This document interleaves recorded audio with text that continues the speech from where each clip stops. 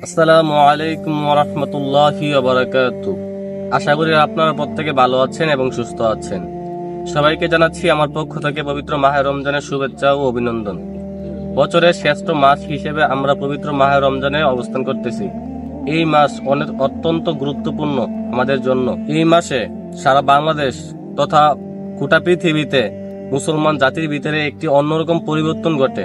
সেটাই আজকে আমি আপনাদের সাথে বিস্তারিত ব্যাখ্যা করব। আপনারা একটু খেয়াল করে দেখবেন, বাংলাদেশের প্রত্যেকটি মসজিদে অর্থাৎ পৃথিবীতে যত মুসলমান আছে এবং মুসলিম ধর্মাবলম্বীদের জন্য যত মসজিদ আছে, ওই সকল মসজিদগুলোতে দেখবেন যে বাকি 11 মাসের তুলনায় মুসল্লি একটু বেশি থাকে। কারণ রমজান মাসে সবাই কম বেশ একটু নামাজ পড়ার চেষ্টা করে। যদি ধরেন যে আপনি বাকি 11 মাসে ফজরের সময় যদি 5 জন মুসল্লি হয়, আপনি খেয়াল করে দেখবেন যে ফজরের সময় রমজান মাসে 5 জনের জায়গায় 50 জন মুসল্লি হবে এবং প্রতি ওয়াক্ত নামাজের ভিতরেই দেখবেন যে মুসল্লিদের সংখ্যা অনেক বেশি থাকে। আপনারা লক্ষ্য করে দেখবেন যে নামাজ পড়তে আসা বাচ্চাদেরকে অনেকেই ধমক দেয়, অনেকে ঠাট্টা বিদ্রুপ করে যারা মসজিদে একটু বয়স্ক লোক আছে। আমি আপনাদেরকে ছোট ভাই হিসেবে অনুরোধ করব, আপনারা এই কাজটা কখনোই করবেন না। অনেকেই ছোট বাচ্চাদেরকে বিদ্রুপ করে যে নতুন নতুন মুসল্লি আসছে আর কি, এরকম কথাবার্তা কখনোই বলবেন না। কারণ রমজান আসে মানুষকে পরিবর্তন করার জন্য, মানুষের মনে আল্লাহর কথা স্মরণ করে দেওয়ার জন্য এবং ইসলামের প্রতি মানুষকে আহ্বান করে এই রমজান মাস। তাই আমি আপনাদেরকে অনুরোধ করব এইরকম কটু কথা থেকে বিরত থাকবেন।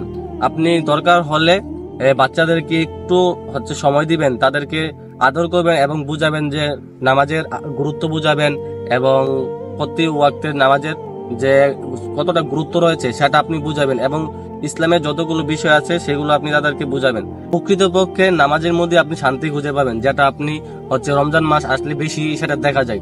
সবাই মন্দ কাজ থেকে বিরত থাকে, তারপর না 5 ওয়াক্ত নামাজ জামাতে আদায় করার চেষ্টা করে, মিথ্যা কথা কম বলে, আল্লাহর ইবাদতে মগ্ন থাকে। আমি দোয়া করি যেন বাংলাদেশের তথা পৃথিবীতে মুসলিম সকল পরিবারগুলোতে 12 মাসই রমজান থাকে। তার মানে কি বুঝলেন যে 12 মাস রোজা রাখবে না? রোজার কথা বলতেছি না, যে রোজার বাইরে যে বিষয়গুলো থাকে, যেমন মিথ্যা কথা না বলা, রমজান মাসে মিথ্যা কথা না বলা, আল্লাহর ইবাদত করা, 5 ওয়াক্ত নামাজ পড়া, কোনো রকম অন্যায় কাজ না করা, এগুলো রমজান মাসে বেশি হয়। সবাই রমজান মাসে একটু সকল খারাপ কাজ থেকে বিরত রাখার চেষ্টা করে। আমি চাই যে রমজান মাসের মতো করে বাকি 11টা মাস যেন রমজান মাসের মতো হয়, সবাই যেন মিথ্যা কথা ছেড়ে দেয়, আল্লাহর ইবাদতে মগ্ন থাকে। এই বিষয়গুলো যেন তারা মনোযোগ দিয়ে করতে পারে, আমি সেই দোয়াই করি। তো আজকে বিদায় নিচ্ছি আপনাদের কাছ থেকে। দেখা হচ্ছে নতুন কোনো ভিডিওতে নতুন কোনো বিষয় নিয়ে। সেই পর্যন্ত ভালো থাকুন, সুস্থ থাকুন। আল্লাহ হাফেজ। আসসালামু আলাইকুম ওয়া রাহমাতুল্লাহ।